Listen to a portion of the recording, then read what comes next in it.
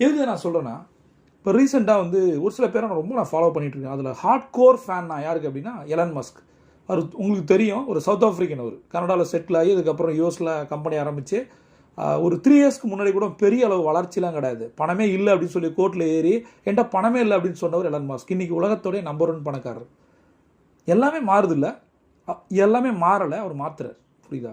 ஒரு 3 இயர்ஸ் 5 இயர்ஸ்க்கு முன்னாடி அப்படி இருந்திருக்கலாம். பட் இன்றைக்கி இந்த ஹிஸ்ட்ரி வேறு, நடக்கிற விஷயங்கள் வேறு, அவர் பண்ண போகிற ஃப்யூச்சர் சாதனைகள் வேறு வேறு வேறு.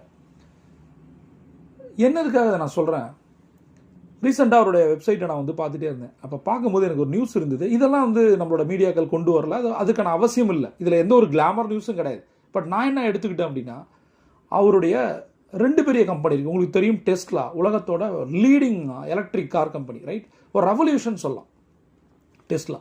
2வது விஷயம் ஸ்பேஸ் எக்ஸ். அவர் வந்து விண்வெளிக்கு ஆட்களை அனுப்புகிறாங்க. நிறைய விஷயம்